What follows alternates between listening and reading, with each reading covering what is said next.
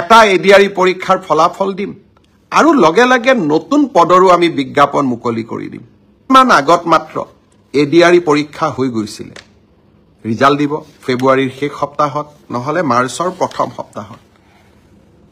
শিক্ষক নিযুক্তিৰ প্ৰক্ৰিয়া চলি আছে। ৫৫০০ শিক্ষক নিযুক্তিৰ প্ৰক্ৰিয়া চলি আছে। কিন্তু মই থমকি ৰোৱা নাই।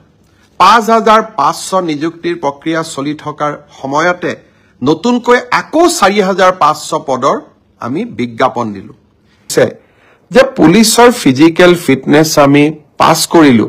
এতিয়া লিখিত পৰীক্ষা কেতিয়া হ'ব? ফেব্ৰুৱাৰী মাহৰ ভিতৰত এই লিখিত পৰীক্ষা সমাপন কৰাৰ বাবে আমি প্ৰচেষ্টা কৰিম। এডিআৰই পৰীক্ষাক যদি আমি নিকা আৰু সম্পূৰ্ণ শুদ্ধ স্বচ্ছতাৰে কৰিব পাৰো, তৃতীয় আৰু চতুৰ্থ শ্ৰেণীৰ নিযুক্তিও এক নিৰ্মল গংগাত পৰিণত হ'ব। আমাৰ ৰাজ্যখনত যুৱ প্ৰজন্মৰ বাবে ই এক আশাৰ বতৰা। অসমৰ ইতিহাসৰ বাবে ই এক যুগজয়ী সন্ধিক্ষণ, এক কালজয়ী ক্ষণ। অসমৰ বিভিন্ন আমাক সমালোচনা কৰা সংবাদ মাধ্যম, সামাজিক মাধ্যমত যিসকল লোকে আমাক সততে সমালোচনা কৰি থাকে, তেখেতসকলে এবাৰ মাত্ৰ আকৌ এবাৰ চিন্তা কৰি চাওক। এতিয়াৰ পৰা আঁতৰত ৰাখিব পাৰিলো আৰু মেধাৰ ওপৰত চাকৰি পোৱা, শিক্ষকৰ চাকৰি পোৱা প্ৰক্ৰিয়াটো আমি ইনষ্টিটিউচনেলাইজ অৰ্থাৎ স্থায়ী কৰিব পাৰিলো। যোৱা ৩টা বছৰত লোকসেৱা আয়োগৰ পৰীক্ষাকো আমি এক নিৰ্মল গংগালৈ ৰূপান্তৰ কৰিলো। আৰু এইবাৰৰ এডিআৰই পৰীক্ষাক যদি আমি নিকা আৰু সম্পূৰ্ণ শুদ্ধ স্বচ্ছতাৰে কৰিব পাৰো, তৃতীয় আৰু চতুৰ্থ শ্ৰেণীৰ নিযুক্তিও এক নিৰ্মল গংগাত পৰিণত হ'ব। আমাৰ ৰাজ্যখনত যুৱ প্ৰজন্মৰ বাবে ই এক আশাৰ বতৰা। অসমৰ ইতিহাসৰ বাবে ই এক যুগজয়ী সন্ধিক্ষণ, এক কালজয়ী ক্ষণ। অসমৰ বিভিন্ন আমাক সমালোচনা কৰা সংবাদ মাধ্যম, সামাজিক মাধ্যমত যিসকল লোকে আমাক সততে সমালোচনা কৰি থাকে, তেখেতসকলে এবাৰ মাত্ৰ আকৌ এবাৰ চিন্তা কৰি চাওক। কংগ্ৰেছ দলৰ মুখ্যমন্ত্ৰী এজন থাকিলে, অসমত কংগ্ৰেছৰ চৰকাৰ থাকিলে, চৰকাৰী চাকৰিত এনে নিৰ্মলতা, স্বচ্ছতা সম্ভৱ হ'লহেঁতেন নেকি? আমাক সমালোচনা কৰা সকলেও এটা মুহূৰ্তৰ বাবে কংগ্ৰেছৰ সেই শাসনকাললৈ মনত পেলাওক। ডাঙৰ ডাঙৰ মন্ত্ৰীৰ ল'ৰা, বিষয়াৰ ল'ৰা, ধনী আধ্যবন্ত পৰিয়ালৰ ল'ৰা ছোৱালী, 1 কোটি টকাৰ লৈ উপঢৌকন, ৰাকেশ পালৰ দৰে ব্যক্তিৰ সৃষ্টি আৰু অসমৰ দৰিদ্ৰ মধ্যবিত্ত সমাজখনত অগাধ লুণ্ঠন, এই কংগ্ৰেছৰ শাসনকালৰ স্বাক্ষৰ আছিল। আজি আমাৰ শাসনকালত আমি সেই ব্যৱস্থাক প্ৰত্যাহ্বান জনালো।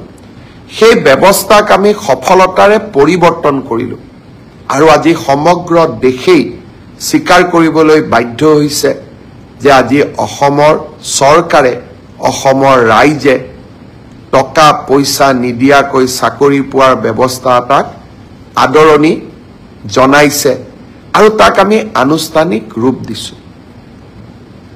পৰীক্ষাৰ ফলাফল হ'ল, এইবাৰ এই পৰীক্ষাৰ ফলাফলত দুটা নতুন বৈশিষ্ট্য আছিল। যোৱা কিছুদিন আগতে কেবিনেটত আমি এটা সিদ্ধান্ত লৈছিলো। অসমৰ আটাইতকৈ আদিমতম আৰু আটাইতকৈ প্ৰাচীন জনগোষ্ঠী দুটাই আছিলে মৰাণ আৰু মটক। যিকোনো কাৰণতে শৈক্ষিকভাৱে পিছপৰি থকা বাবে সেই জাতিটোৰ পৰা আজিও দুইটা জনগোষ্ঠীৰ পৰা আজিও এজন মেজিষ্ট্ৰেট বা ডিএছপি বা লোকসেৱা আয়োগত পৰীক্ষা পাছ কৰা যুৱক যুৱতী আমি ভবা ধৰণে নিৰ্মাণ কৰিব পৰা নাছিলো। মই এবাৰ প্ৰতিশ্ৰুতি দিছিলো যে মৰাণ জনগোষ্ঠীৰ বাবে এটা মেজিষ্ট্ৰেটৰ পোষ্ট আৰু তেওঁলোকৰ বাবে এটা ডিএছপিৰ পোষ্ট আমি সংৰক্ষণ কৰিম আৰু তেনেধৰণে মটক জনগোষ্ঠীৰ বাবেও এটা ডিএছপি পোষ্ট আৰু আমি এটা মেজিষ্ট্ৰেটৰ পোষ্ট আমি সংৰক্ষণ কৰিম। এইবাৰ মৰাণ মটক জনগোষ্ঠীৰ স্বাগতা বৰুৱা আৰু মৰাণ জনগোষ্ঠী বা ডিএছপি বা লোকসেৱা আয়োগত পৰীক্ষা পাছ কৰা যুৱক যুৱতী আমি ভবা ধৰণে নিৰ্মাণ কৰিব পৰা নাছিলো। মই এবাৰ প্ৰতিশ্ৰুতি দিছিলো যে মৰাণ জনগোষ্ঠীৰ বাবে এটা মেজিষ্ট্ৰেটৰ পোষ্ট আৰু তেওঁলোকৰ বাবে এটা ডিএছপিৰ পোষ্ট আমি সংৰক্ষণ কৰিম আৰু তেনেধৰণে মটক জনগোষ্ঠীৰ বাবেও এটা ডিএছপি পোষ্ট আৰু আমি এটা মেজিষ্ট্ৰেটৰ পোষ্ট আমি সংৰক্ষণ কৰিম। এইবাৰ মৰাণ মটক জনগোষ্ঠীৰ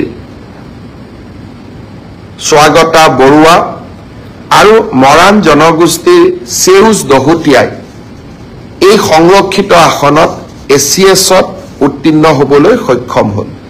ঠিক তেনেধৰণে মটক জনগোষ্ঠীৰ ত্ৰিনয়ন দত্ত আৰু প্ৰাচিত মৰাণ জনগোষ্ঠীৰ পৰা ডিএছপি পোষ্টত সংৰক্ষিত আসনত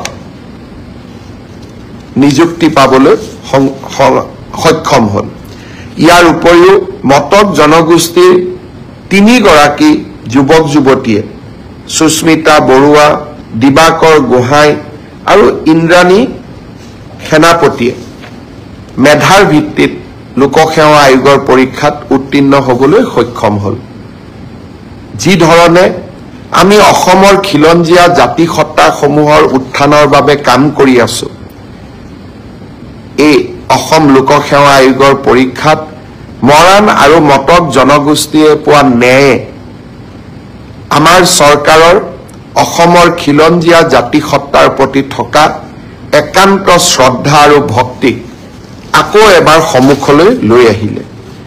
এই কামবোৰ আগৰ চৰকাৰ বিলাকৰ দিনতো হ'ব পাৰিলেহেঁতেন, কিন্তু আজি আমি সেই দায়িত্বসমূহ পালন কৰিছো আৰু সৰু সৰু কাম যি এইবাৰ এই পৰীক্ষাৰ ফলাফলত দুটা নতুন বৈশিষ্ট্য আছিল। যোৱা কিছুদিন আগতে কেবিনেটত আমি এটা সিদ্ধান্ত লৈছিলো, অসমৰ আটাইতকৈ আদিমতম আৰু আটাইতকৈ প্ৰাচীন জনগোষ্ঠী দুটাই আছিলে মৰাণ আৰু মটক।